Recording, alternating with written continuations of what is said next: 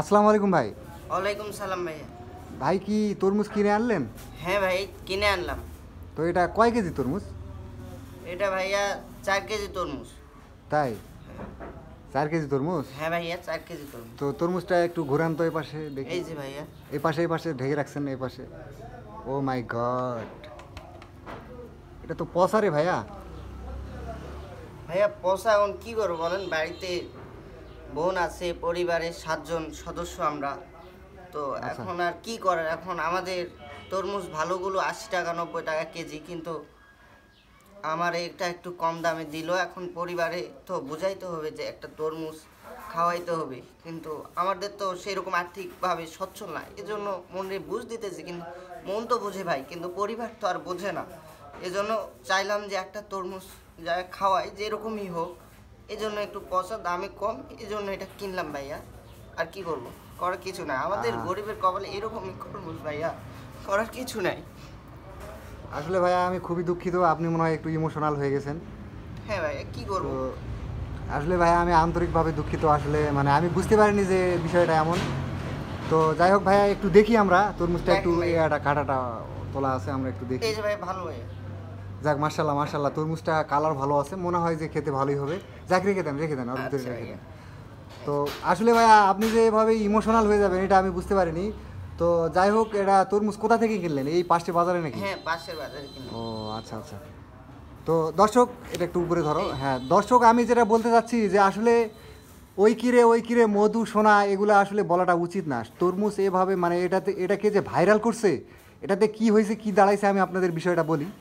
তো এই যে ওই সোনা কিরে ওই মধু আগুন এগুলা বলে যে ভাইরাল করছে এখন তো মানে জিনিসটা মানে জনসম্মুখে চলে আসছে। এখন তো লোকজন ভাবতেছে যে তরমুজ খাওয়া ছাড়া মনে হয় হবে না। ওই যে যেমন পাখি ড্রেস একবার উঠছিল না, যে পাখি ড্রেস ছাড়া মানুষ কত কিছু করে ফেলছে, খুনাখুনি পর্যন্ত হয়ে গেছে। তো সেরকম আমাদের তরমুজটারে এরকম করে ফেলছে।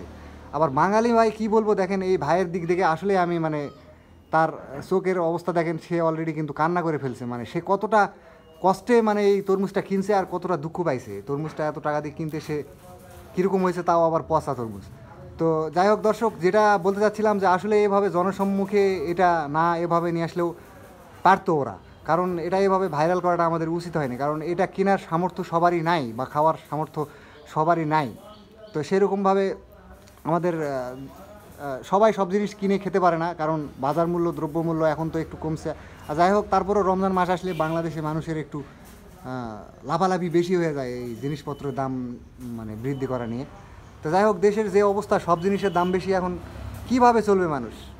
এই অ্যাজ এ এক্সাম্পল এই ভাইটার দিকে দেখেন, সে তো আর স্বাদে কান্না করছে না বা এমনি ইমোশনাল হয়ে যায়নি, সে কষ্টে আছে বিদায় কিন্তু সে ইমোশনাল হয়ে গেছে। তো দর্শক, আমি যেটা বলতে চাচ্ছি যে আসলে সবারই যেহেতু সাধ্য নাই, সাধ্যের বাইরে, তো সেক্ষেত্রে আমরা যারা নিম্নবিত্ত তাদেরকে নিয়েও একটু ভাবি। হ্যাঁ, আর যদি ক্ষমতা হয় বা যদি সাধ্য থাকে, তাহলে আশেপাশের মানুষকে বাজারের নতুন ফল এগুলো একটু ফ্যামিলির আশেপাশের এদেরকে একটু খাওয়ানোর চেষ্টা করবেন। কারণ এগুলো তো মানুষ পেট ভরে খায় না, এগুলো হালকা একটু করে মুখে দিবে হয়তো বা টেস্ট করবে, এটাই হচ্ছে কথা। তো এই বলে আমি আমার ভিডিও শেষ করছি। ভাইয়া অনেক ধন্যবাদ ভাইয়া আপনাকে, আপনার এই উদারতা দেখে আপনি যে ফ্যামিলিকে খাওয়ানোর জন্য যে এরকম একটা উদ্যোগ নিয়েছেন, আমি এতে ধন্য। মানে আপনার মতো সন্তান আমরা ঘরে ঘরে চাই, যে ফ্যামিলিকে তরমুজ খাওয়াতে চায় এরকম এত কষ্ট এত স্যাক্রিফাইস করে। তো আপনি এই টাকাটা আসলে আপনি কি কোনো ইনকাম করেন? এই কত টাকাটা আপনি পাইছেন কোথা থেকে?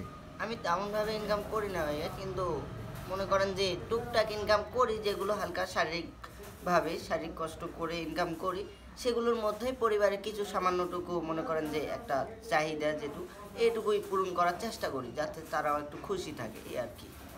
তো যাই হোক ভাইয়া, অসংখ্য ধন্যবাদ আমার সঙ্গে এতক্ষণ সময় দেওয়ার জন্য। ভালো থাকবেন।